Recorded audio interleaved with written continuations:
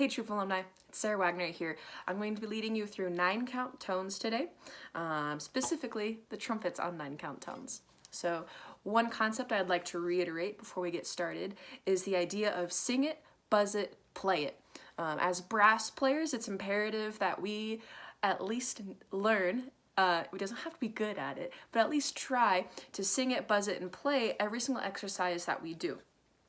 The reason that I want to reiterate singing is because we have this great inner ear inside of us. We have this richness and musicianship that needs to be let out. And if we don't let it out, the chances of us not being able to hear the note that we need to play right away when we're playing our music, when we're playing battle hymn, anything like that, the chances of that note coming out incorrectly are much greater.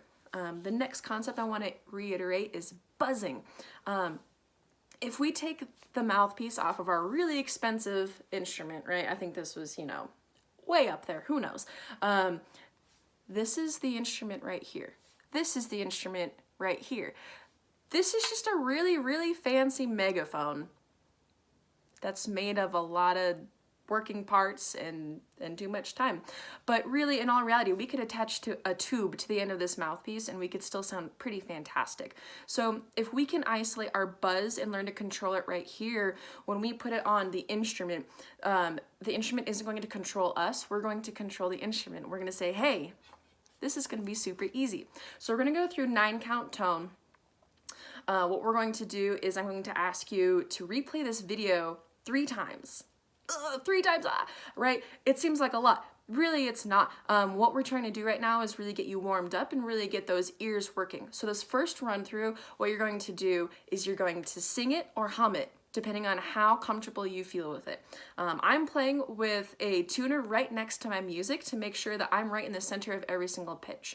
The second time you watch this video, you're going to isolate the music on its own and buzz along. Your goal is to not have me drown out everything that's happening, but to make sure that you're hearing yourself buzzing and sustaining the pitch with the most complex buzz possible as long as possible. I'll give you an example. Here's a concert F or your G.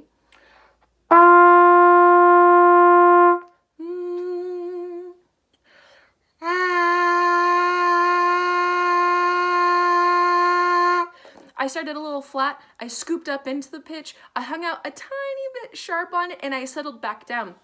As soon as I settled back down, my face felt really relaxed. It felt like I was meeting the resistance of the mouthpiece and eventually of the instrument. And then the third time you're gonna view this video, you're gonna play along with me.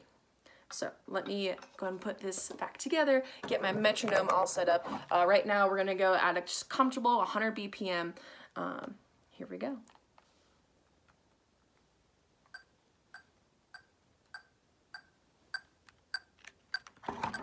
Sing it first, buzz it second, play it third. 5, 6, 5, 6.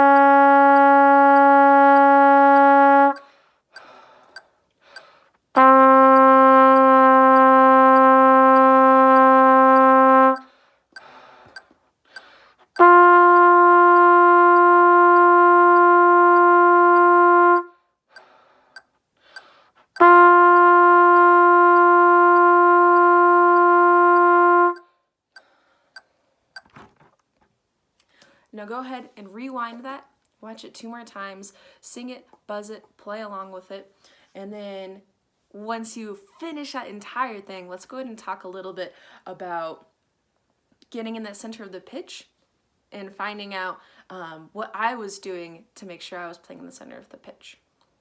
So when I was trying to play in the center of the pitch, I really was trying to go away from the instrument. And what that means is I was meeting the resistance. So this is a giant hunk of metal and it doesn't feel great on my face. When I talk about meeting the resistance, I mean having the embouchure and aperture set in a way that your airflow is going with the resistance of the instrument and working together in order to produce those sounds.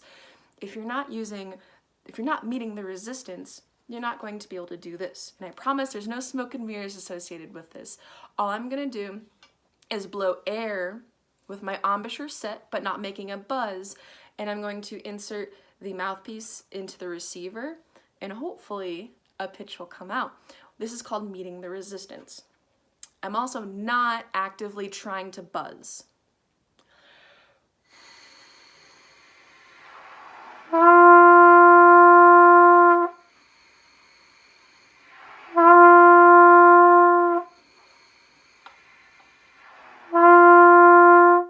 You can do that on any pitch on your entire instrument, and I encourage you to try that right now. Another way that I'm getting into the center of the pitch is when I have a little bit of free time, which right now is a lot of bit of free time. I open up my spit valve as I'm playing.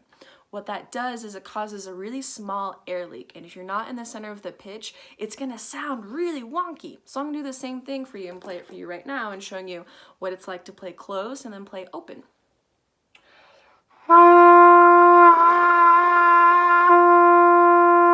Hear how that G just immediately settled as soon as I closed my spit valve? That's gonna happen on every single pitch, and I encourage you to do that all over the entire instrument, especially in that pesky D, E, F range. That's really gonna open your eyes as to what's happening on your instrument and what you're doing here as well.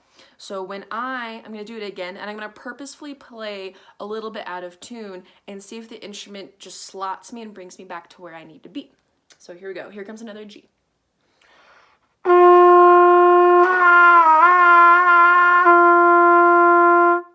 Hear the difference? Try that on your own a couple times, and it's really gonna show you where you're laying. That'll be all for 7 count tones for today. Thank you for joining in.